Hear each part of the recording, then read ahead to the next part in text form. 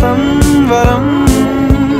వీడుకోలు లేని తోడు అంది స్వాగతం ఈ క్షణం స్వయంవరం ఇవాళ సంబరం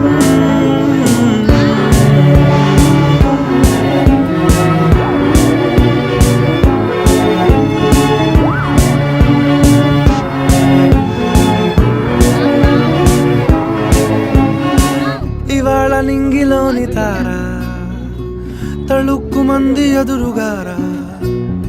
వయస్సు తీరికుండదారా